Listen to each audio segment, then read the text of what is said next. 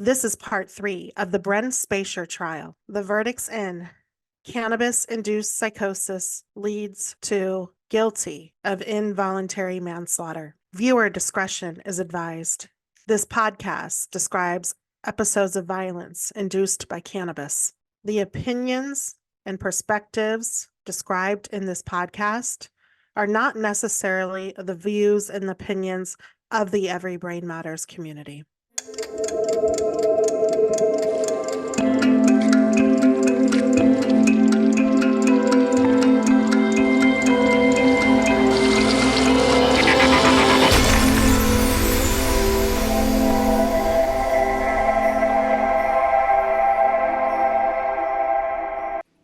Welcome to the Every Brain Matters podcast. It's just pot. What's the problem? My name is Aubrey Adams. I'm your host for today and the director of Every Brain Matters. Today is part 3 of the Bryn Spejcher trial, and the verdict is in. And we're going to turn this conversation over to our guests who are leading advocates on educating communities and really the world on the harms of marijuana, especially cannabis-induced psychosis.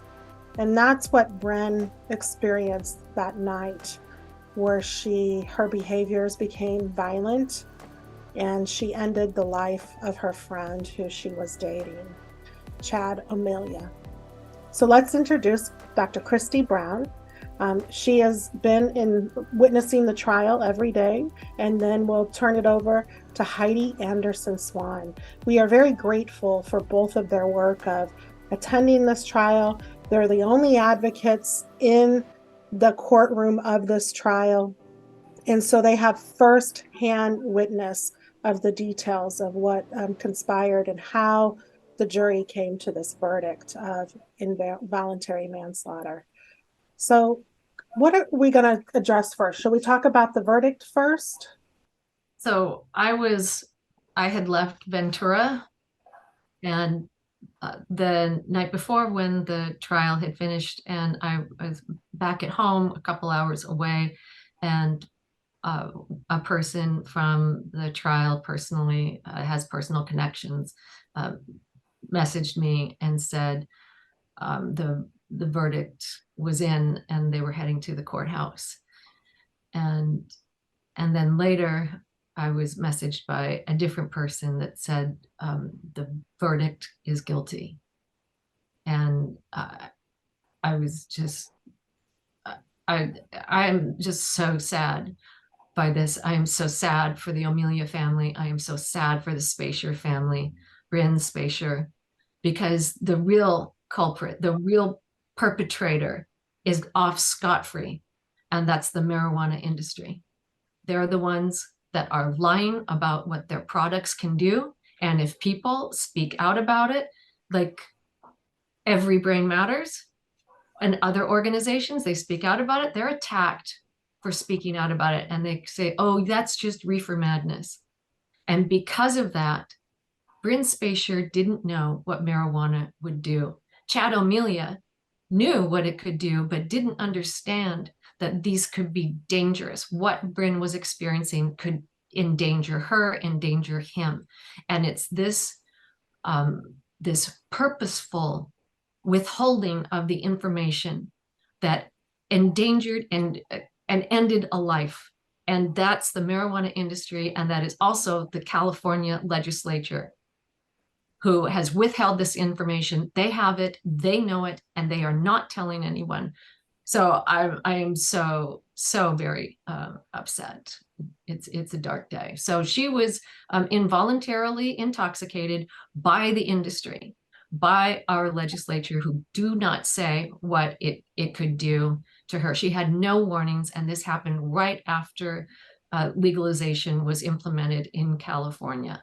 And there were no warnings, no protections whatsoever. Now, can I say something about the jury instructions and the verdict? Because the jury had one count to look at, and it had to do with involuntary manslaughter, but both parties agreed that she was in psychosis. And so she was not conscious of what she was doing, but the disagreement was over whether she had voluntarily become intoxicated or involuntarily become intoxicated, which you just said, Heidi. And apparently the jury disagreed with you because the jury found her guilty, and that meant that they found her guilty of voluntary intoxication. And so the whole case rested on whether they would agree that she was voluntarily intoxicated. And so that's what, we, as looking at the whole case, the way it was laid out, what the defense tried to show that she was involuntarily intoxicated, like you said, but the jury didn't buy it. So, going over the testimony, it's one thing we need to look at is why, they would come to that conclusion, or, if they came to that conclusion despite the very, strong arguments from the defense, and then, how the prosecution persuaded them. Yeah.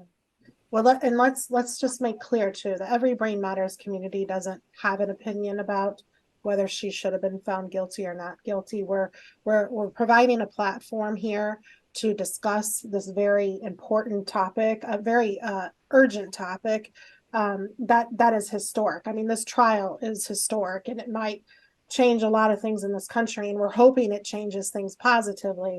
And so Bryn Spejcher was found guilty of involuntary manslaughter after experienced cannabis-induced psychosis. Now, the jury is looking, and also I want to give an open invitation for any juror or anybody related to the trial to come on this podcast and discuss their opinions and views of that, so we can get all sides and have a really big, robust, open discussion about this, so we can advocate for positive change.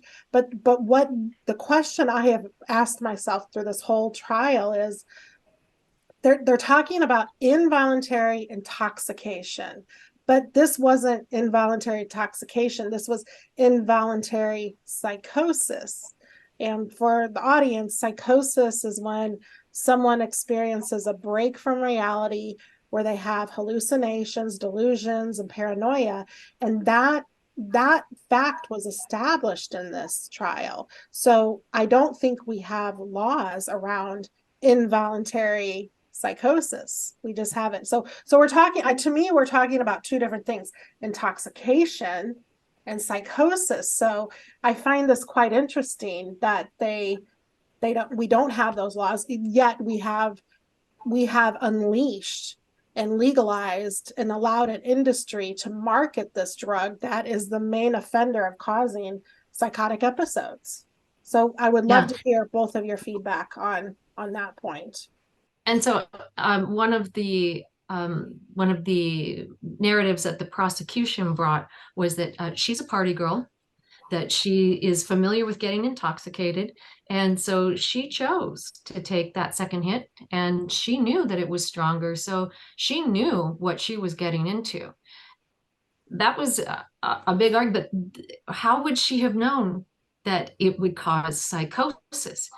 And so if she is living in the world today where people think marijuana is fine and think marijuana is healthy, and drinking is a part of the culture, and she's aware of that and living in a universe with people who are all behaving like that, yet she had never heard that it could cause hallucinations. I mean, so to me, the argument, oh, she's a party girl, she brought it on herself, supports the defense, which is she didn't hear about psychosis, she didn't hear about hallucinations. So I mean, just, like Christy was saying, if you think of intoxication, you think, oh my gosh, I'm so but not, I'm seeing things, and I'm in a different world. I'm in the dead world now. There's no, I'm going to die. There was no indication to her that could happen. There's a different. Now, Christy, do you agree with me? Is there a difference between impairment and psychosis? Absolutely. I mean, absolutely. And that may be one thing that the trial really neglected to draw those connections.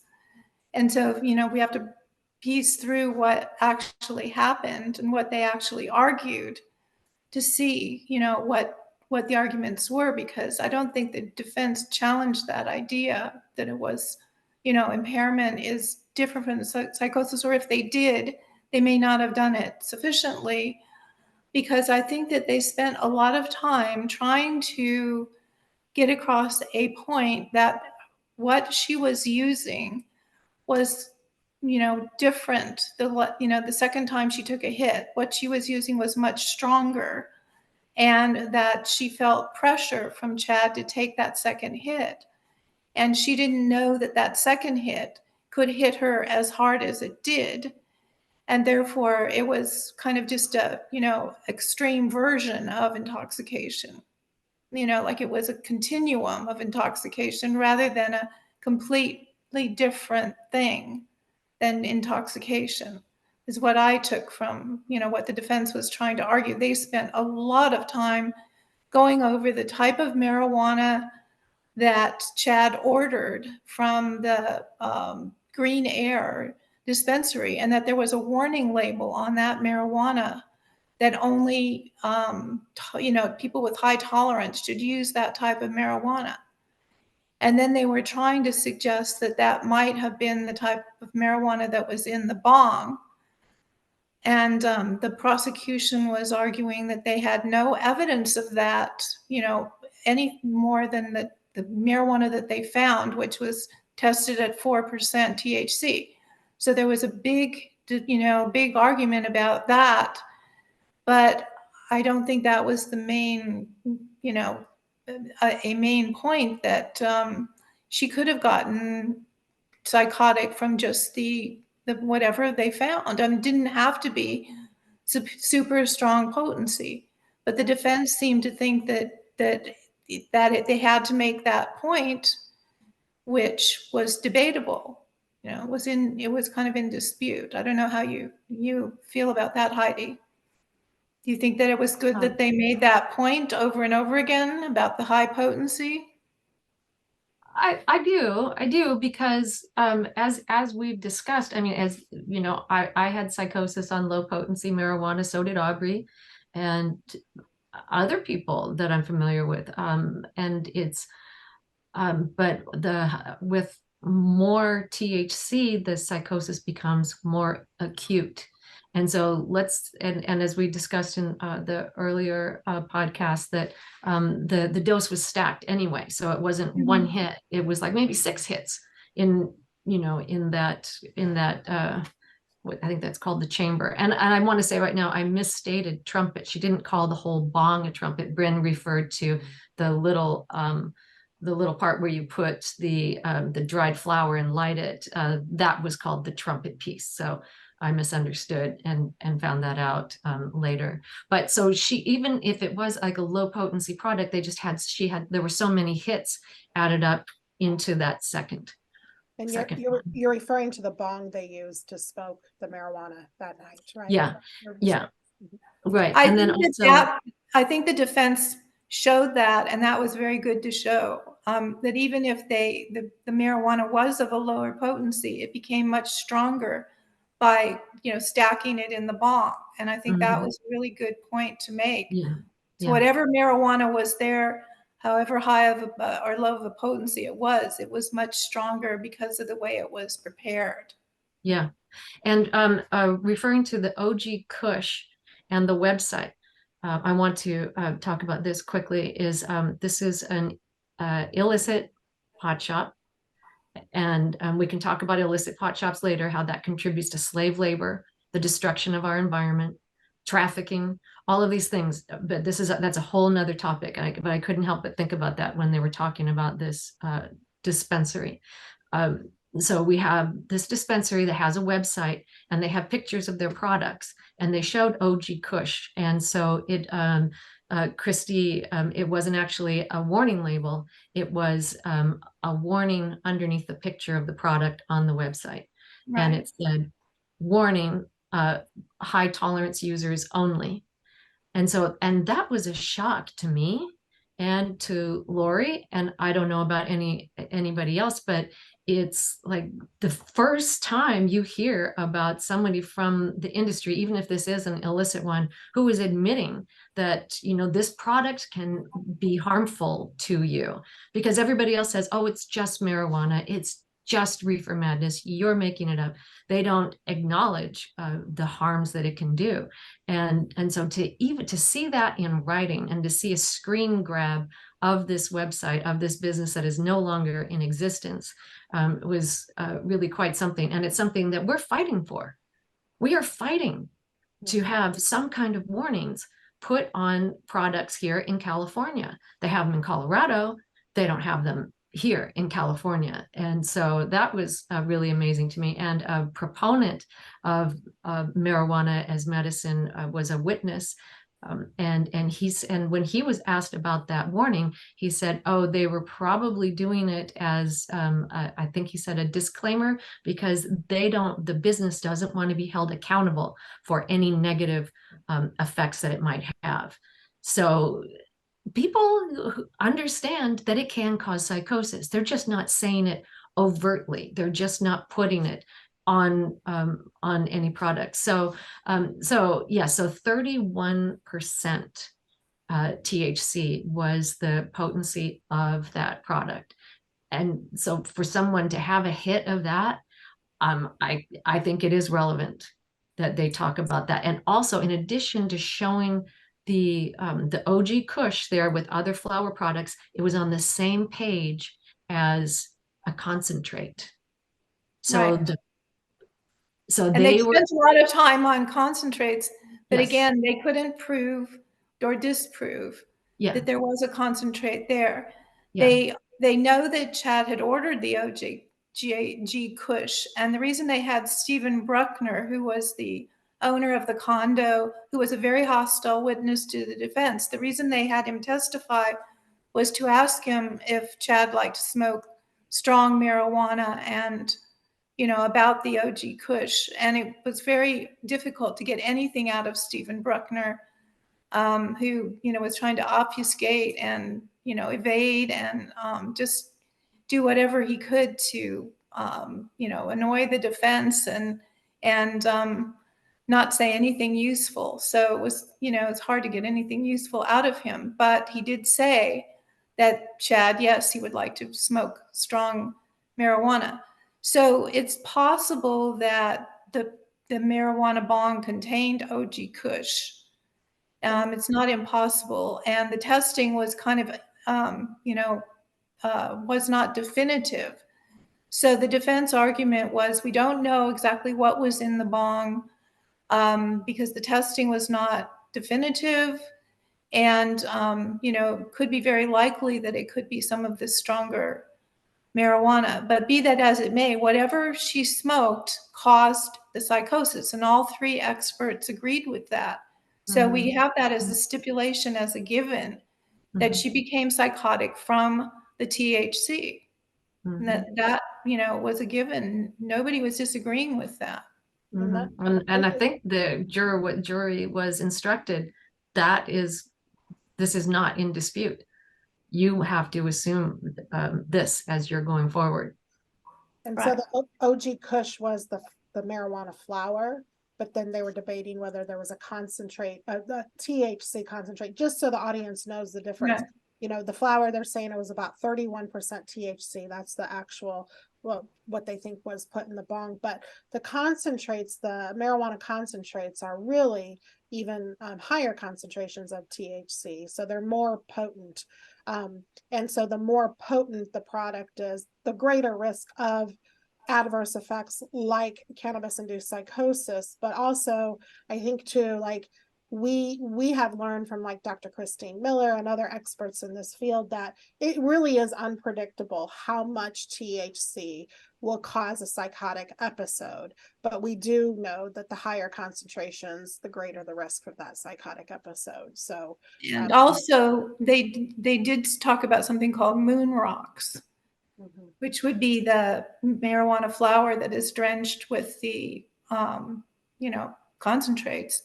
And there was the prosecution called in one DRE to try to dispute and say they would never put any kind of concentrate on flour. And then the defense called that was a rebuttal witness. The defense called a surrebuttal witness, who was the person that Heidi was talking about that was an advocate for medical marijuana. And he said absolutely they could put high potency marijuana or concentrates on marijuana and smoke it in a bong. Mm-hmm. Mm-hmm. Yeah. Mm. So what do you want to talk about next with, about the trial? So why OG Kush? Why are we focused on that? Because Stephen Bruckner said so, that's what they would order. It was hard to get him to say so. And in the text message dump of both Bryn and Chad's phones, we saw that that Chad O'Melia had ordered from the Green Air dispensary on the 18th of May and on the 20th of May. And this happened on the 28th. And so you could surmise that what was ordered was what was in the bong. You could surmise that. There's no way to prove it. All they could show was that there was THC there. And there were phone records that showed that Chad called like 5 times in less than an hour and a half to get his delivery. I mean, that's, the strength of the addiction, that it's the middle of the day, and you would imagine that's, a time when he would be working or productive of some sort, but he's like focused on getting a hold of his drugs. Yeah, that was very clear, solid evidence that they did order OG Kush. Mm-hmm. And it's just a little bit contradicted by the lab test of the marijuana they found in his drug kit, and the only marijuana they found in the apartment that tested 5%, and 4%, and the only thing you can take away from that the lab itself said that they can't stand by their results. So again, it wasn't definitive. It was neither here nor there in terms of whether the defense or prosecution proved what was in the bong. I think it was called into question pretty well by the defense, but also the prosecution pointed out the defense couldn't prove that it was a high potency marijuana in the bong either. So it was kind of, I think, a moot. It didn't prove one way or the other in terms of for the jury. But I think the defense had a several pronged strategy, and one of the prongs was the character witnesses. They came on to testify about Bryn, that Bryn is in no way any type of woman who would have killed Chad O'Melia or had any criminal tendencies or any feelings of animosity toward Chad. And she was a perfectly safe individual, after the psychosis left her. So those were, character witnesses. And then there was expert testimony by Wershing and Dr. Buffington. And then later on, the surrebuttal, as we mentioned, by the patient advocate about the fact that the concentrate could have been in the bong. And then they decided to put Bryn on the stand because they had told us that they felt she would be an excellent witness, and she would be, just really, a good witness for them to put her on the stand. And as we found out, she had under cross-examination, the prosecution was able to bring in a lot of things that they wouldn't have been able to bring in if she hadn't been put on the stand, which I think might have been, rather damaging to Bryn, which we could talk about. And then finally, these were also brought up in the closing arguments. So they also wanted to show that Bryn felt that she had been pressured into taking that second hit, which would have argued that she was involuntarily intoxicated as one of their arguments. So I think that was kind of an overview of the defense strategy. Did you want to add anything else to the defense strategy overall, Heidi? Or is that pretty much what they tried to do? Yeah, and I think one of the big things that they said, and that we can take away on a national level, is that um, the Vinny, Chad's roommate, as we discussed before, had a very psychotic reaction himself, where he wanted to run down the street naked, and so the defense said a number of times that Chad knew that people could have a negative reaction to the product he was using in the bong that he used, and he withheld that information from Bryn. And so this worked for, well, she was convicted, but she was found guilty. Um, but I think in this scenario, Chad was intentionally not telling her that she could be harmed. And so, but there's in different cases that are going to come up in the country, there may not be a Vinny in this story where there's like a little forewarning that happens before the actual event. And so I see that situation as, like what I've said before, the industry and our government as a whole, who are purposely withholding the information from the people who are using the products or in the vicinity of other people using the products, or not even in the vicinity, as Aubrey brought up in an earlier podcast, like with a Waukesha driver who plowed through the Christmas parade when he was stoned, or Ian David Long, who shot up the Borderline Grill when these people had no idea that he was coming, or other mass shooters for that matter. And so because we are not demanding toxicology results, we are not successful in demanding toxicology reports, or we're not being heard, that we should have toxicology reports on every act of violence. We should know everything that's in this person's system that perpetrated an act, and it should be made public immediately, so the public understands. And all too often, they've left out THC. And this also goes for unruly airline passengers. We have to include them in people acting irrationally and violently and endangering innocent lives. So this is something, and this is, like Christy had said before, this is one of the if there's anything positive, I hate to say it, but one of the things that's in our interest is that it is established by the prosecution and the defense and the judge. Everyone agrees this was cannabis-induced psychosis. It's not, was it, wasn't it? No, it definitely was. The question is, did she understand what she was doing when she was doing it? Well, I think that the fact that the prosecution had to bow to the defense in terms of the cannabis-induced psychosis, because their own expert completely agreed with the defense that she was in cannabis-induced psychosis. And I think that the defense was successful pre-trial in getting her reduced to involuntary manslaughter. That charge went from second-degree murder down to involuntary manslaughter.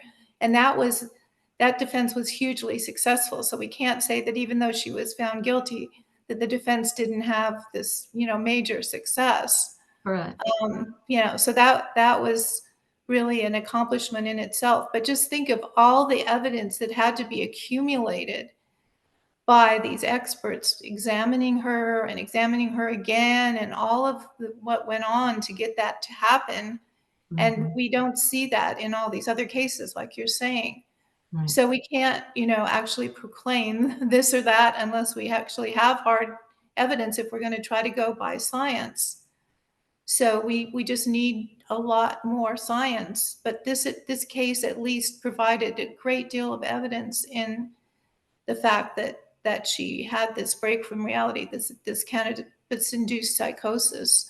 And it's really strong evidence for, just the existence of cannabis-induced psychosis for showing people that it can exist. Yeah. So hear this, everybody who's following this podcast, everybody who's watching this on the internet. If you're a pro marijuana person, whoever you are, whatever your opinion is, you cannot denounce or deny that cannabis-induced psychosis is real. So don't come on here and lie. Quit lying about it.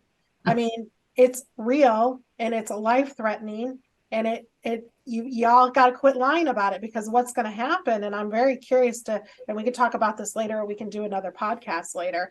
I'm really curious to see if both families are going to now start filing lawsuits against multiple entities. The people that sold this, even though it was an illegal shop, can they still go after who sold it to them? Are they going to sue the state? I'm very curious to see what's going to happen next, and I would just be very, very careful. I know everybody's entitled to their own opinion, but you can't deny the science. You can't deny the science. And now we just had this historic trial proving cannabis-induced psychosis is real, and it can lead to violence, and it can lead to death, and it did. So we're very grateful for Christy and Heidi being here today to share what they witnessed this historic trial and report on it here. So last day, when the defense and the prosecution were giving closing arguments, and in the morning, and Mr. O'Melia came up to me and said, "Hi, I'm Sean." And I didn't even think of him as Mr. O'Melia. I wasn't even paying attention. But he said, "And how did you know my son?" And I said, "Well, I didn't know anybody from either family. And I'm just here as a witness because of what happened to my son, that he had marijuana-induced psychosis. And I'd been following this for several years." And he was telling me that he had been given a book by the district attorney, Knopfsinger, Alex Berenson's Tell Your Children, which we know all about that book, which kind of broke the silence in the first place, because Alex Berenson's wife was a forensic psychologist or psychiatrist, and she was the one that told him about the cases that she had seen. And he didn't know, he didn't pronounce the name correctly. I had to finish the name for him, but he said every junior high student should have a copy of that book. So it shows that he really was, finding out about marijuana-induced psychosis, and it seemed like he believed that, it was, real, and it had happened to Bryn. And then he also talked about how he did not did not like marijuana, and did not use it, and he didn't even use alcohol, and he was, very irate about the industry. He kept talking about, when people want to make money, they're just going to go ahead and, not tell people about what was, the results or what could happen. So I think that he might be interested in being, a spokesperson.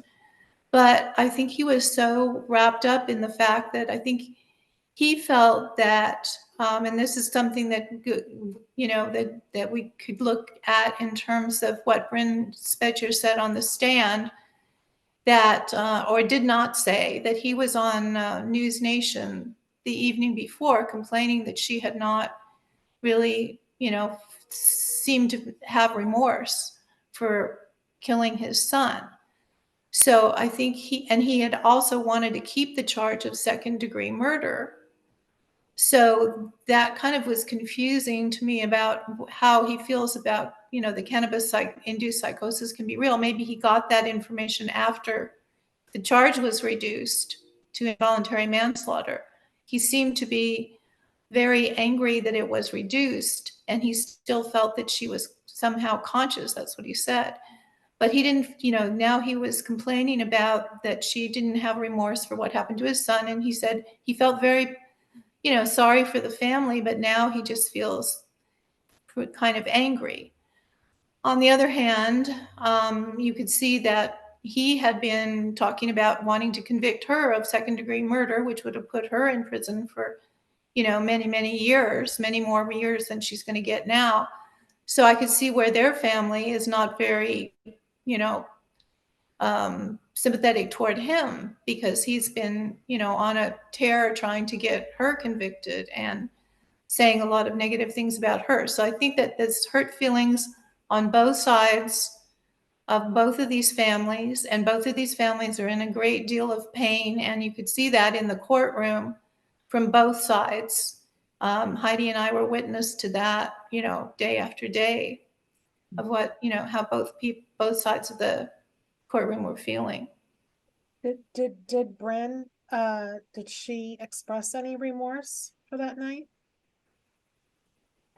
I think that part of this reason that her remorse did not seem to be, as strong as it could be is that she really wasn't asked many questions about that. And she was actually asked, the last question from the defense was they talked about her trauma and her PTSD from what she went through. So you remember now Chad O'Melia's father said she's not a victim on News Nation. His son is the victim. But she actually is a victim also because she, stabbed herself. She hurt herself and, she's traumatized herself. And the defense was asking her about that. And they said at the last question, but that doesn't negate any, feelings about what happened to Chad. And she kind of talked about that a little bit, just said, yeah, I wouldn't have hurt Chad or anyone. And then she said, what is the question? And he said, well, I think you just answered it. And he just ended it without going into more detail and asking her more questions about Chad. And that gave an opening to the prosecutor because the last question she asked was about what the worst thing that ever happened to her was. And she said about these events. And she said, the prosecutor said something like, it wasn't that you killed Chad. And she said that she felt that it wasn't her that killed Chad.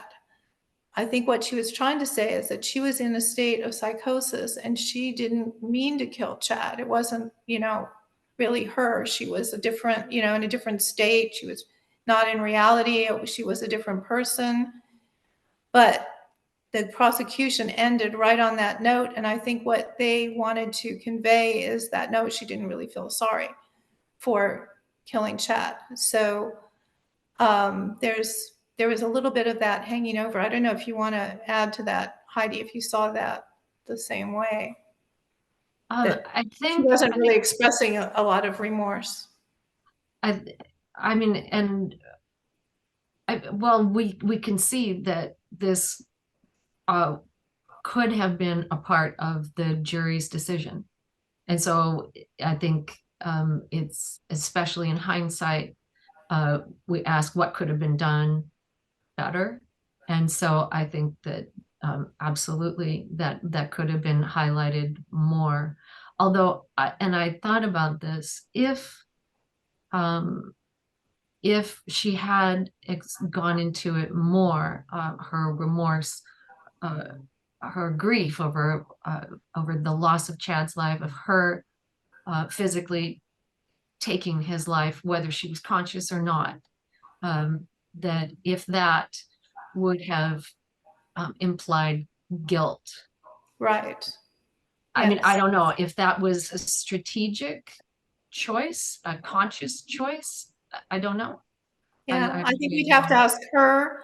We'd have to ask the lawyers if they made a conscious choice to try to phrase it that way, or if she had thought that if she came right out and expressed a lot of remorse, that she would have been held accountable. But I think that the prosecutor was trying to say she hasn't taken responsibility or accountability. She hasn't shown that. And but that was not really what the trial was about. It was about whether she had voluntarily become intoxicated. So you wonder, with the jurors were not supposed to take that into consideration, right? Right. It's separate from, did she know what she was doing? Yeah. Well, we know that she, that she was, that they stipulated she didn't know what she was doing. Yeah. No. And so remorse was not really part of convicting her or not convicting her. It was strictly whether she had volunteered to get high. Well, high meaning what? Yeah. You know, when you say, Volunteered to get high, but she didn't volunteer to get psychotic, you know? right, right. And then in the past, she'd said, oh yeah, I got high before. Now, anybody who smoked pot might say that. That's another way of saying I smoked pot. I got high. Does that mean that you were really high? Does that mean that it was it just like that's like was the action? We got high. We passed the joint around. So what does that mean when you say, yeah, I got high before? Mhm. It Yeah, doesn't mean I got stoned before. It doesn't, and certainly I'd never heard it meaning I was psychotic yeah. and banging my head against the wall or, thinking I was going to die and had to go to the emergency room.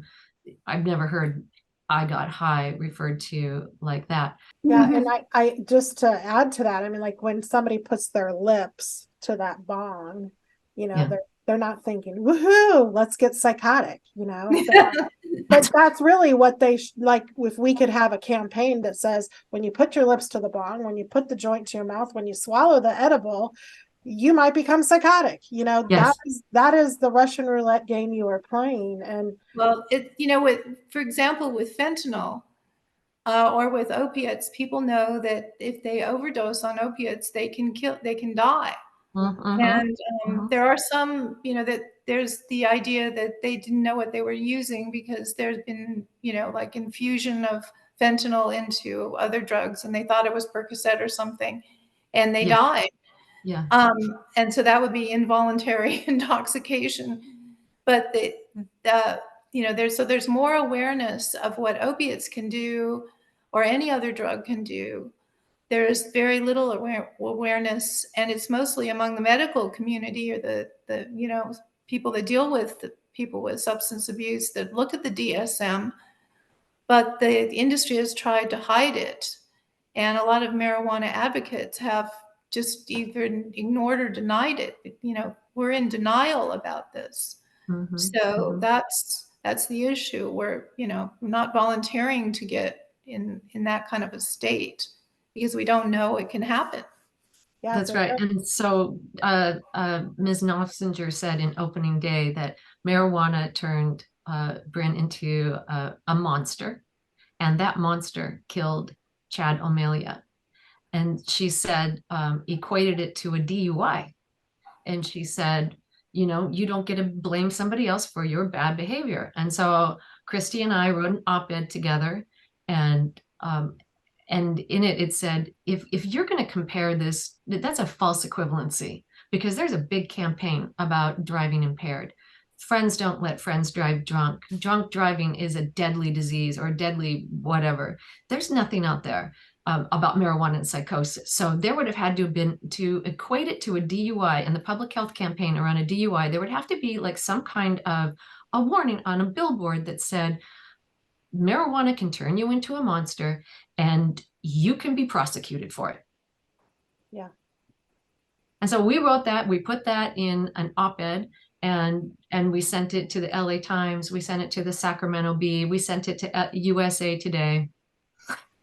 That hasn't been Nobody published. wants to print it. So, the silence continues. It's a purposeful, oppressive silence, isn't it? I Mhm. have submitted many op-eds over the years. I wish I would have kept track of how many. I'm sure you all have too. And I always get the question, well, why are you so focused on marijuana? Why don't you focus on alcohol? And I'm Yeah. like, everybody knows, like exactly what you all are saying. Everybody knows you don't drink and drive. You don't Yeah. drink and drive. No. Yeah. Yeah. Zero. I mean, there's not one person that would say, if you get drunk, you should get behind a wheel. Not one person would ever say that. It's wrong. Yeah. But this industry, this movement, these policies that are being passed allowed a loud voice of drug entrepreneurs, people profiting off the sale of this drug, to literally lie. We used to call them legal liars to the American public and to the world, and not tell them, if you consume THC, you can become psychotic. You are risking that, so yeah. And what was interesting, I just remembered, is I submitted you can only submit to one publication at a time, and you have to wait 3 working days for them to tell you they're not going to just not respond. and then you're free to send it to somebody else. And so the last one that I had the time to send it to was USA Today, and then the next day they had this article about Snoop Dogg and his bait and switch with the "I'm quitting smoking." And then a couple days later, we find out he's not quitting marijuana smoking. He's quitting the smoking, and he's going to sell fire pits now that have smoke. Yes. And maybe he's moving on to edibles. And so then they got to talk about his whole marijuana edible empire. And it was just like, it was just so interesting that was happening at the same time as this trial, and at the same time that they disregarded the op-ed that I sent, saying. I think there was one thing that's related to this issue of intoxication with alcohol is that the strategy of the prosecution in when they put Bryn on the stand in the cross-examination, she went through these text messages where Bryn was talking about drinking. And she went through several of them around, like the months before the incident. And Bryn mentioned a couple times that she was drunk and so forth. Well, you know that when you make text messages, you make many, many text messages per day, especially the younger generation. And yet she took out these text messages out of context and just went boom, boom, boom, boom, boom. All of them were about drinking, to make Bryn appear to be, like a really, drunk, basically, that she was a drunk and that she missed her work, which was one time, out of 9 months of employment, apparently, because she had been hungover. And she missed 2 appointments, and that was a horrible thing. And so the prosecution accused her of, not being a good, responsible employee and being drunk, and it all had to do, for the most part, with alcohol. There was a little bit about marijuana, but there still was, fairly few times that she used marijuana, and that she didn't usually get high. She didn't like it because of the smoke. She didn't like her lungs to fill up with smoke. So, again, there's this idea that there's an equivalence between intoxication with alcohol. And then, of course, Bryn never drove. There's no indication that she drove when she was drinking. So they made a big deal, and according to Bryn's point of view, hugely exaggerated. Because sometimes when you do text messages, you'll say something like, "Oh, this is what I do. I drink 1 drink, and I'll say I'm drunk just to be funny." So we don't know exactly what, was the case. But be that as it may, there's really not that much equivalence between alcohol and marijuana in terms of effects, as some of the experts were saying. Mm-hmm.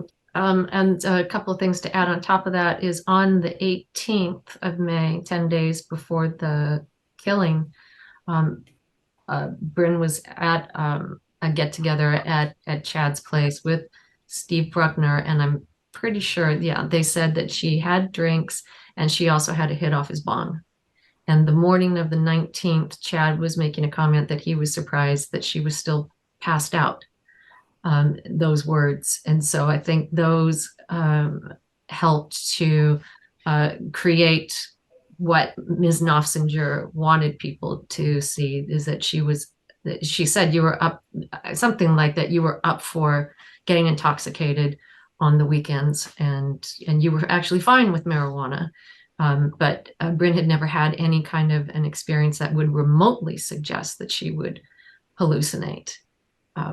And so that was the other thing that Ms. Knopfsinger did, was she took a comment from Dr. Mohandi, who was the prosecution's witness and the one who was responsible ultimately for having the charge reduced from manslaughter to involuntary manslaughter, because he said she was in cannabis-induced psychosis. So both sides, as we've said, agreed on that. But Dr. Mohandi had said that I think after some questioning from Ms. Knopfsinger, said that Bryn was narcissistic and had a little bit of narcissism in her. So she pulled that out, and that became her okay, party girl who only cares about herself. And that's I think what she presented to the jury time and again and again. And it seems to have, I would assume, had some kind of influence on them. But again, was that what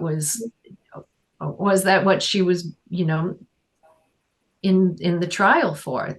Was it voluntary or involuntary? Was she tricked or coerced into using? And Well, so the defense called this character assassination. yeah.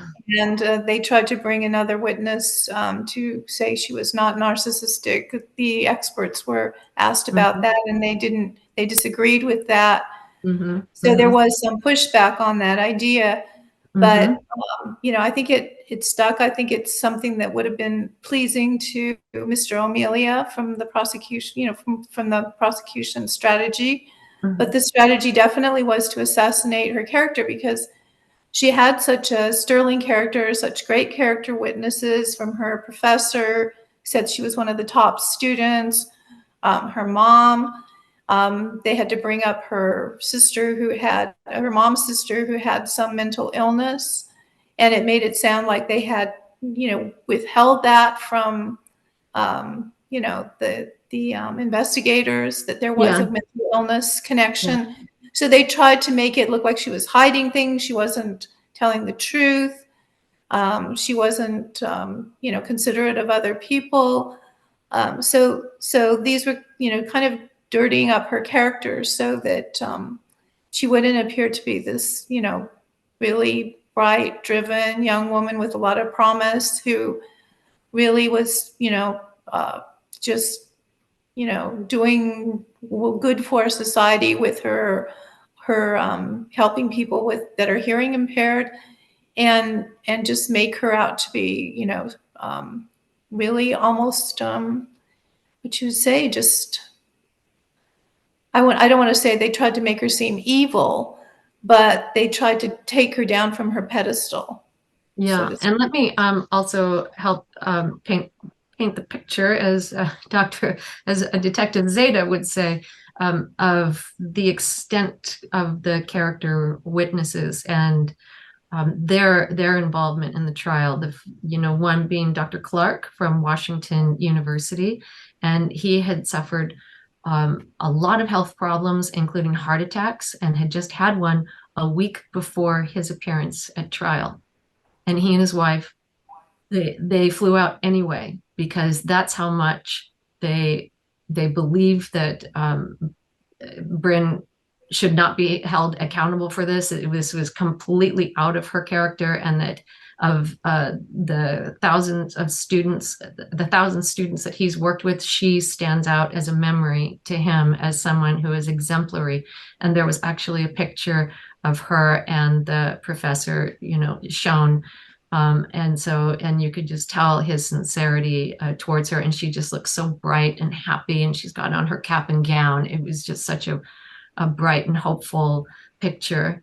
And then there was a Brian Winnick, and this is a man who is also hearing impaired, and she knew him through a church network, and he and his family, he had 3 children, 3 teenagers. He rented a room to her in his house, and so she was living there with her dog at the time of the killing. And he said, she'd been living there for months. He'd see her every morning, every night, and on weekends, and they liked her very much. And then after the killing, they invited her back. They invited her back into their home. They talked about it, and they said they don't feel like they are posing any risk to their children, to their family at all. And she went back there, and Brian Winnick was at the trial a few days, and one of his teenage sons, young adult sons, was with him as well.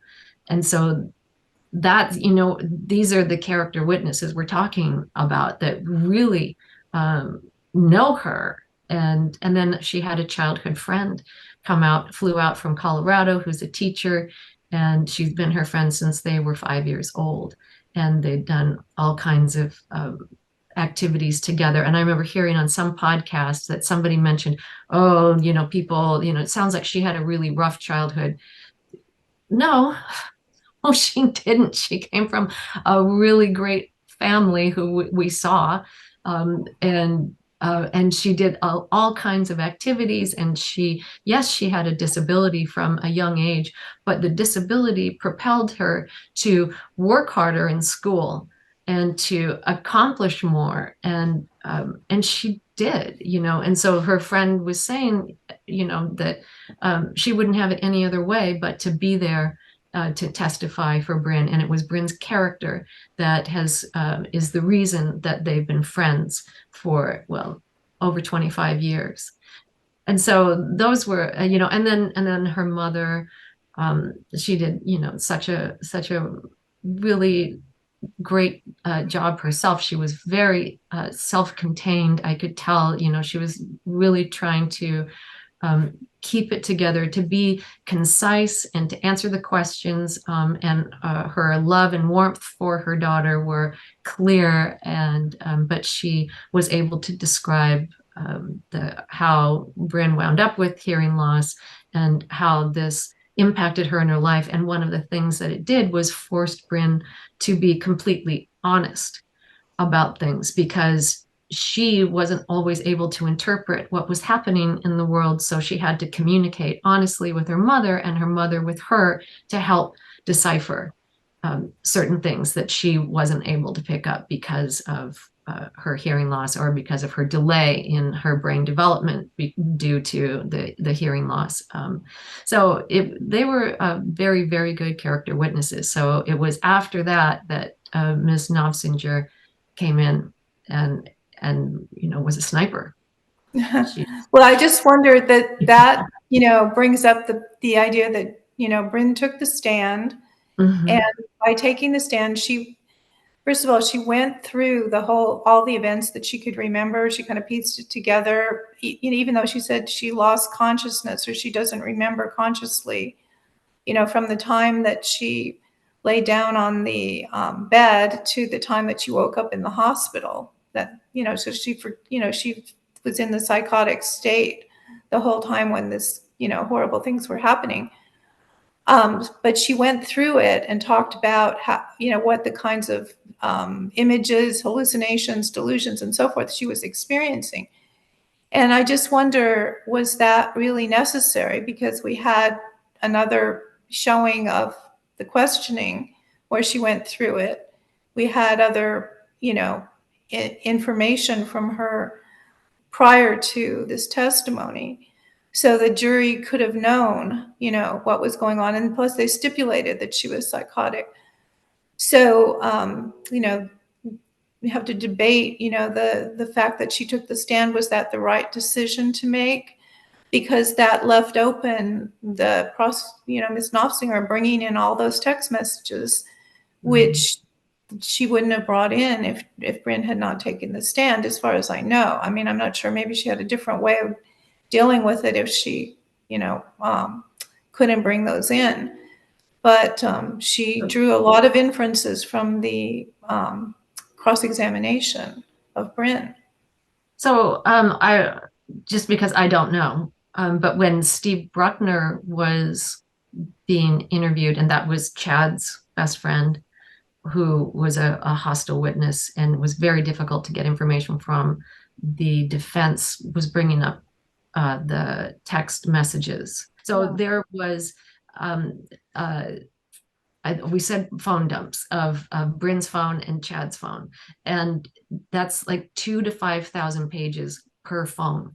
So it's a lot, and so Chad's phone was brought up during Steve Bruckner's testimony. And so, do you think that without Bryn, they wouldn't have been able, testifying for herself on her behalf, that they wouldn't have been able to bring up her text messages anywhere else? I don't think so, because the prosecution rested its case without bringing in the text messages. So they didn't have a chance to bring up any other witnesses. And so the only witness that they could have used to do that is Bryn.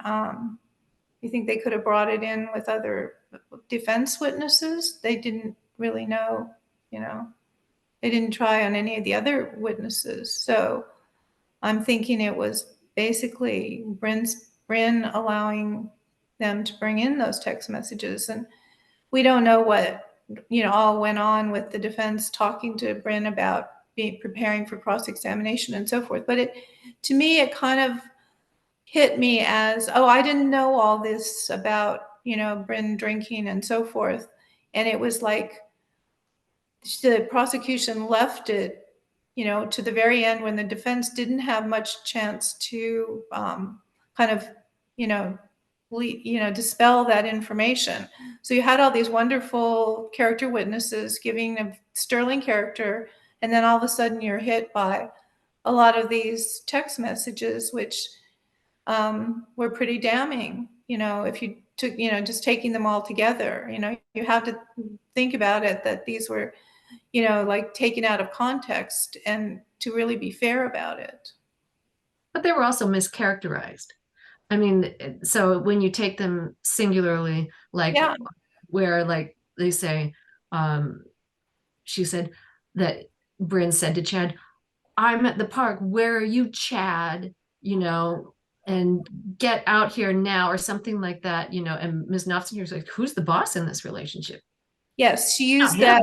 She used those couple of text messages to show that Bryn was the absolute boss in the relationship, and that there was no pressure from Chad. And we have to mention that the defense actually wanted to go into some evidence that there was some kind of sexual violence in that relationship, and there was other violence. They tried to present some information about Chad having anger issues in the beginning with their cross-examinations. So they were trying to get in more evidence that would have shown that Bryn was maybe intimidated by Chad, and the judge wouldn't allow this in. So the prosecutor, kind of turned the tables and tried to present Bryn as being the, bossy one. When that was just like was it like, to me, it was like, it was so tone deaf on her part. It's like, she's joking. And it was joking. That was a funny text. He would have laughed when he saw it. But because it fit into her narrative of party girl, narcissist, and she's not afraid of him in any way, she was able to utilize it. And but that's because were we sympathetic to Bryn to begin with? And we don't know what was going on in the jury's mind in terms of what they were taking away from this, or whether they had their minds made up in the beginning. That's what's so scary about juries. And I don't want to second guess any of their, what they thought, unless we can find out more about, what their thinking was. Mm-hmm. And also, I just want to interject here too, that we need the audience to understand that the Every Brain Matters community does not take a stand on whether Bryn should have been found guilty of involuntary manslaughter or not. We are neutral opinion, and the opinions and views that are shared here today are their own.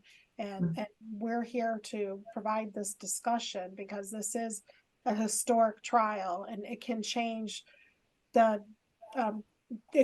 country. And we hope it changes in a positive way, where there is more awareness and education and accountability for the people that are lying about these products and the effects of these marijuana products.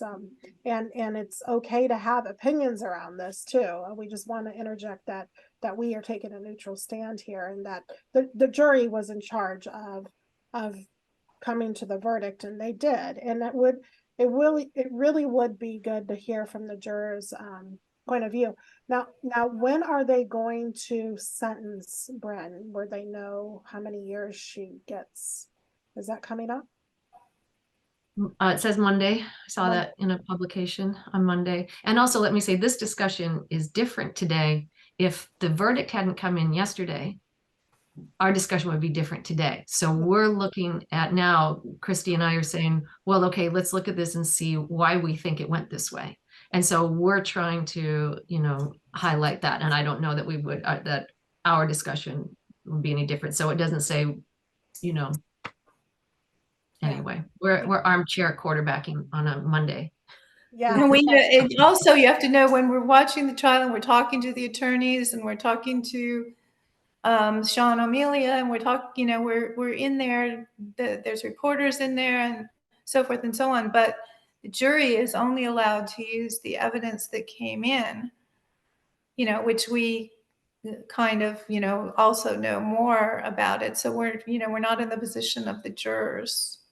Yeah, I mean, they do not release the full ledgers. It's like that in every legalized state. It makes the front page, look at all the money we're making, and it's a deception.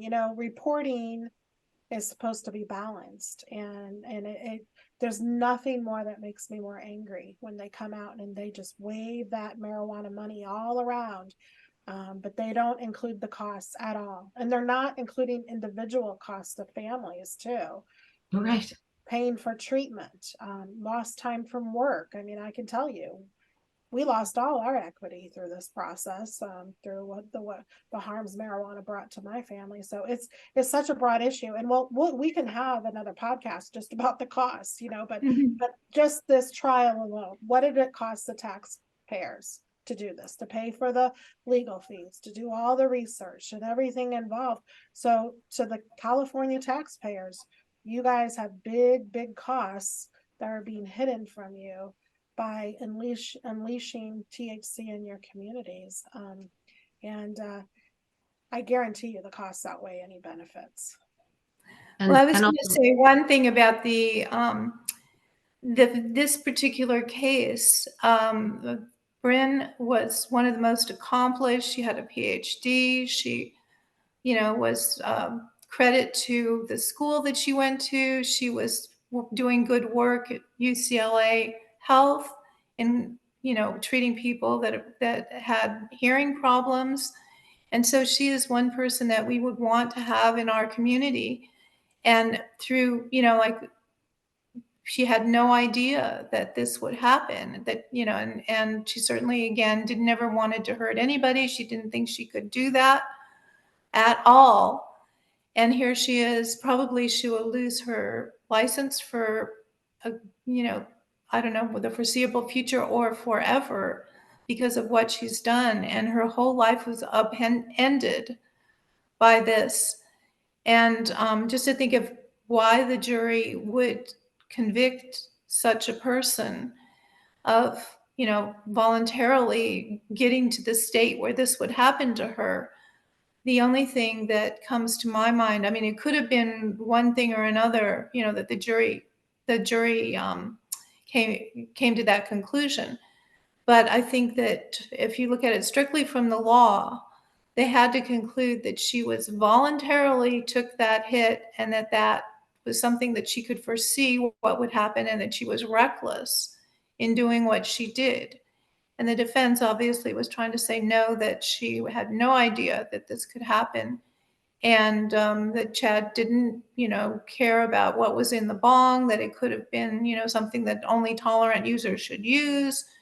And, all those kind of arguments. But they apparently bought, at least legally, they bought the idea that she voluntarily took the hit. The defense was not able to overcome the idea that she was pressured, or that, give them the idea that she was pressured, or that she didn't have, foresight to know that this could have happened.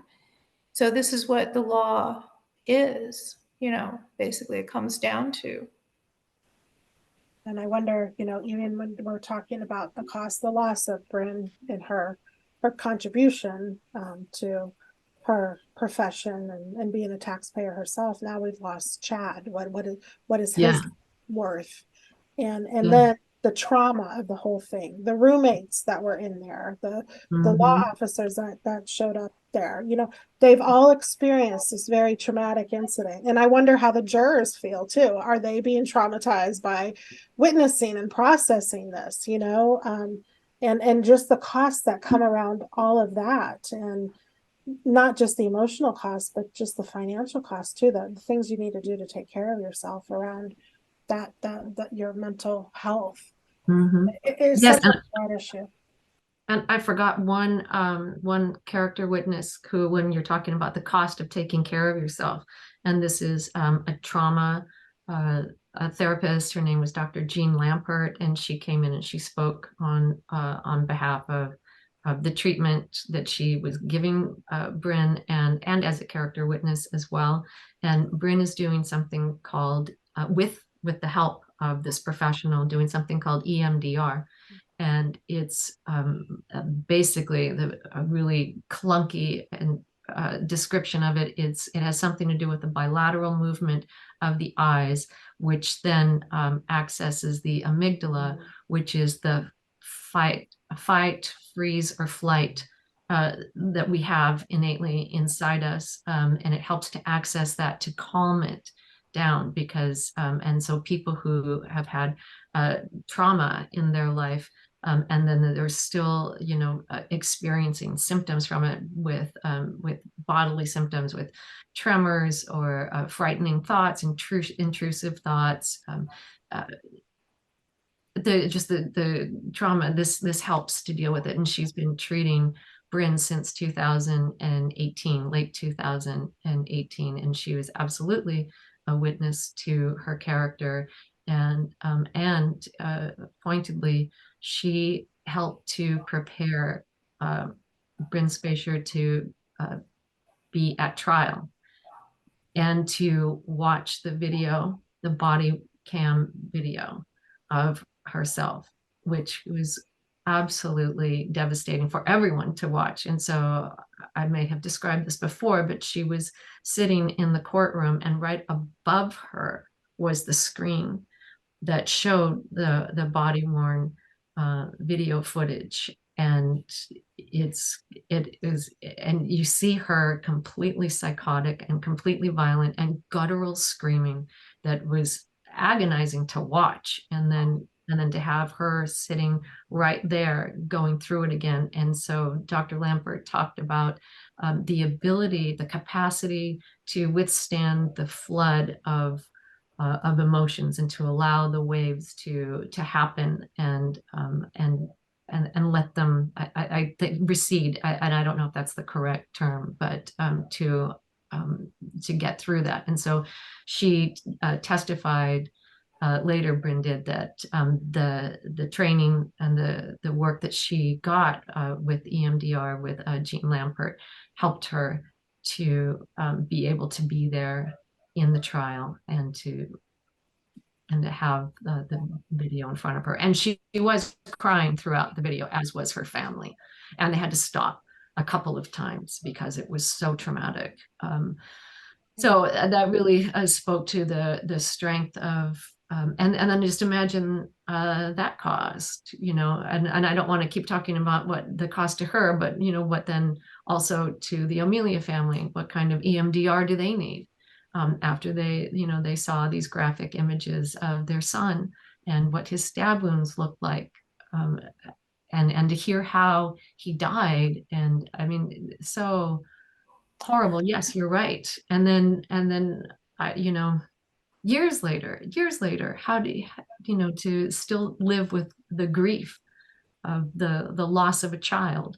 It never goes away. It never goes. There's one thing that this reminds me of that came out in the cross-examination of Bryn, that the prosecution asked her how she was able to overcome Chad, because she's a small woman and he's a larger man, and why she was able to accomplish this stabbing, and why he couldn't stop her. And she said she wished that he had stopped her and that he had hit her or whatever. She didn't know, because she was having hallucinations at the time. And I thought it was just, amazing that the prosecution had the nerve to ask her if she could figure out why that happened. She was, totally psychotic and had no idea. So we will never know exactly what happened, what went on during that episode, because it was very fuzzy for her. She could only recall little glimpses of what was going on. Yeah. And yet, prosecution is like, oh, well, why didn't he stop you? And just, not, that just shows that she just still doesn't understand what it's like to be psychotic, to be in the midst of that kind of a situation. So we need to, as a society, to do a lot more thinking about what, psychosis actually is and how it relates to intoxication, and what we do about these kinds of situations going forward. Because if anybody can have that happen, if Bryn can have that happen to her, anybody can have that happen. It's, not just for people that are heavy users and have gotten themselves into trouble before and have criminal histories or are severely mentally ill. It could be anybody who, uses marijuana can have that kind of a reaction, and everybody is different. We don't know, how this could happen.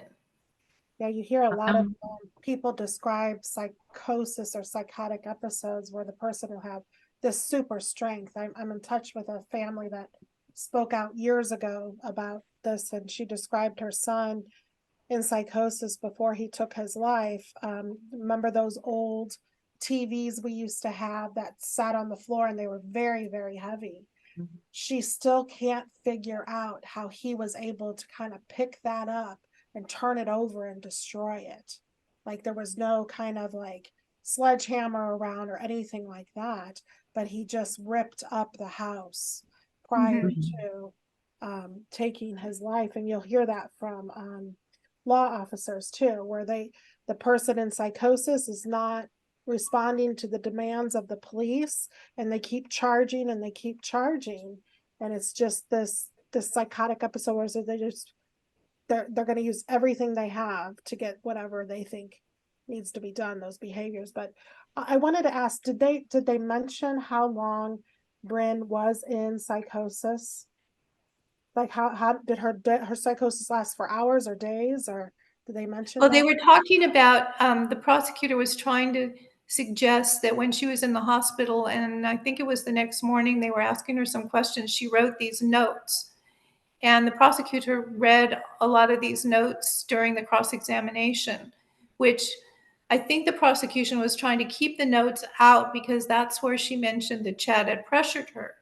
So they were trying to keep it out, but when they came in, she then used it during the cross-examination and when you read all these notes, and then she tried to suggest that Bryn was out of the psychosis, was coming back to reality and kind of knew what was going on, and she said in the closing argument, she says she's very, very smart, and she was trying to figure out, I think she was suggesting that she was trying to figure out a defense, like that this pressure thing was her defense, or that she knew that Chad was dead.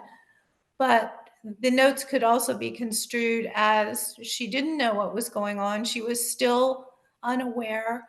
She was still, in a state of just barely coming back to reality. And so it seemed to last, while she was first in the hospital, she was definitely still in this, kind of state of psychosis until the next morning. She was still coming out of it. That's my take on it, that she was still there. But the prosecution was, no, you were coming out, you were using your brain to try to figure out what you could use as a defense, which was ridiculous because she didn't even know at that point that Chad had died from the notes, that she was asking. So the prosecution was trying to turn around everything that Bryn had ever said to be against her. Mm-hmm. And one of the things that said in the notes was I raped? How was I found? Was I naked? And so the prosecution was saying that's ridiculous. You were the boss in this relationship. You overpowered him. And Bryn was like, no, this is every woman's fear of being raped, of having being drugged, and Knopfsinger turned it the way that she wanted to, and I was talking to somebody during a break, and they were like commenting on it, and I was like, that's her job, that's the job. Yeah. Oh, deep breaths. This is heavy. And Christy, you were in the courtroom when they came down with the verdict, right? No, I was not. Okay. I was just, I think I told you I was just nervous because I was looking at the courtroom website and looking at the notes, and I knew that the jury had asked a question. Then they had gone back after lunch. They're gone back to deliberating, and I was telling Heidi that they're still deliberating. And then pretty much right after that, Heidi got a text message that they had reached a verdict. So it was sometime in the middle of the afternoon. So they did deliberate for, 5 or 6 hours, something like that, before coming to a conclusion. And it was basically only one charge. So it wasn't like, several different charges that they had to make decision on. So we don't know if there were, there were people that had doubts, or whether they all agreed, but they were just talking it over. We don't know what went on yet. And so on Monday, they're going to determine the number of years, if we can go there and find out if, they have other testimony. The judge seems to be, to me, he seemed pretty fair overall, in terms of, he was the one that said that he agreed to reduce the charges to involuntary manslaughter. And he said, this is a tragedy, but not a murder. So, and then he did compliment both sides on doing a good job in terms of their, respective people that they were representing. And I think, I'm waiting to find out how the judge responds to these enhancements, whether he gives her more time or keeps it at the minimum. And that's going to be the next stage. So maybe we should do something after that, and after we find out more about, if we can find out more about the jurors and so forth.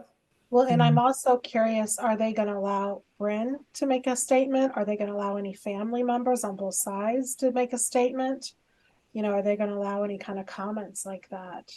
Yeah, well, the only way we can find out is if we go and we're sitting there in the courtroom, until we can actually get a hold of the transcript. But you can actually hear a lot more, being there than just reading a transcript, flat transcript. Yeah. I mean, when we set out to do this, it was going to be like a day or two. We were going to Turned into an occupation. Turned into all day, all night for this time. But there was nothing like being there to find out as much as we could. I mean, I'm really glad we did it. I'm grateful to Every Brain Matters for supporting it. We are grateful that you both were there, and I just want to thank you, because I know this isn't an easy task for you both too, because of your personal experiences with loved ones with cannabis-induced psychosis, or your even own personal experience. And so this is traumatizing. This is a hard issue all around, and our hearts go out to everyone involved. Yeah, we're doing this because we want to show who's paying the cost for the normalization of this drug, and who's paying for it. And that is Chad O'Melia, his family, Bryn Spejcher, her family. Taxpayers are paying for it, whether they understand it or not. And we want to show, because a lot of people just don't see it. They go, oh yeah, she did that. And there's like, this is a big issue, people, and there's more coming, and we want to prevent any future misery, if at all possible. We want to help prevent it.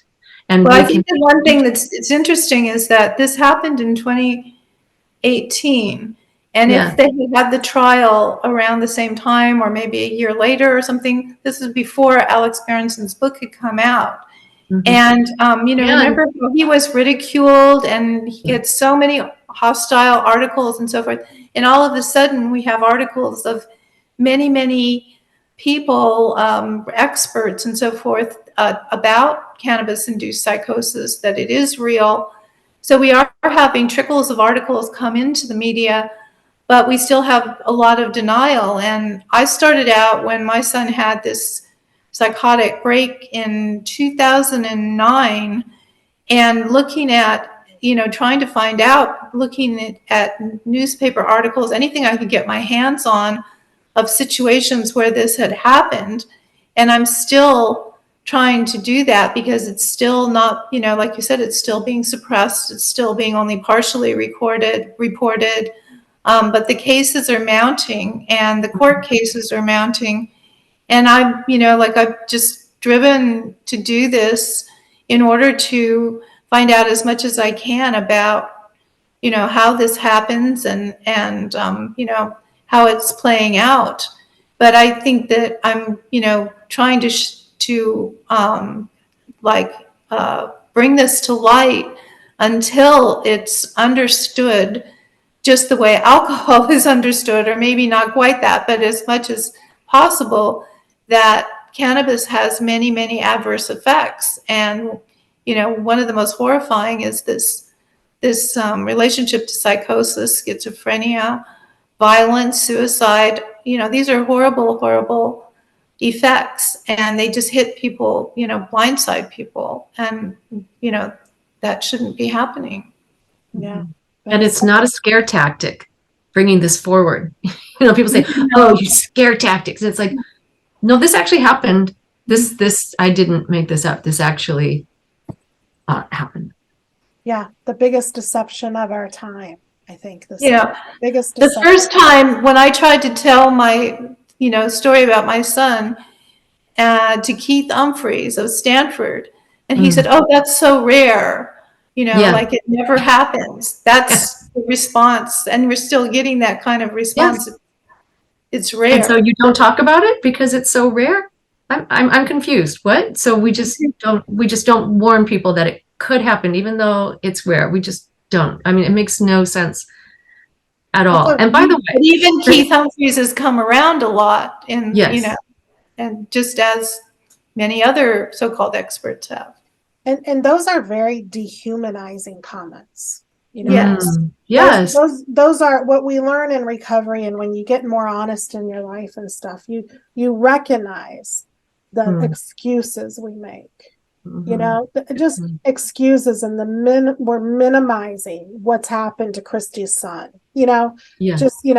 I follow Keith, and he has come around and he's doing good work, but that kind of statement, let's just recognize, and of course, I'm sure, we forgive you, Keith, because I do follow him and share some of his tweets and stuff, because he's got some good stuff, and I respect him, but that kind of stuff has been said to all of our families. Yeah. And that's why, when I founded Every Brain Matters, I meant everyone matters, and you need to not ignore this. And what happened to Christy's son matters. It's significant. And then now that's projected her into this world of advocacy where she's telling her story. She's showing up. She's educating the public, just like Heidi with her personal experience, just like me with my personal experience. So we need you to like this podcast or video. We need you to comment on this podcast or video. We need you to share it. That's the part you can do to help us raise awareness, because we do not take up enough virtual space. The marijuana industry has overwhelmed our internet, our social media platforms with deception and lies. And we are losing the health and safety of our homes and of our communities and of our countries. So please like, comment, share, and then go to everybrainmatters.org, sign up for a monthly donation. Just $10 a month, every month. Please help us. And then we can fund educational campaigns, because our government's not doing it. They're not putting the warning labels on. And believe me, Everybody on this podcast and a lot of our colleagues, they have tried to get warning labels in California. They've tried to get more restriction on the edibles to protect the children. And the legislators, the elected officials are declining that, which puts us at more risk. We gotta build our community. We gotta get political equity somehow. We've got to get funding somehow so we can keep bringing this to a broader audience, because the public deserves to know what has happened here with this trial is devastating. And like we've said, listen to every word Christy and Heidi have said here today. It's very, very important. And I'm honored that they are here today. And I'm honored that they do this type of work, because none of this is easy. And the pushback is crazy. It can get vile and abusive. And I know they're going to keep on keeping on with it. And I'm going to keep supporting them. So we all need you to support us. So thank you, and visit us at everybrainmatters.org.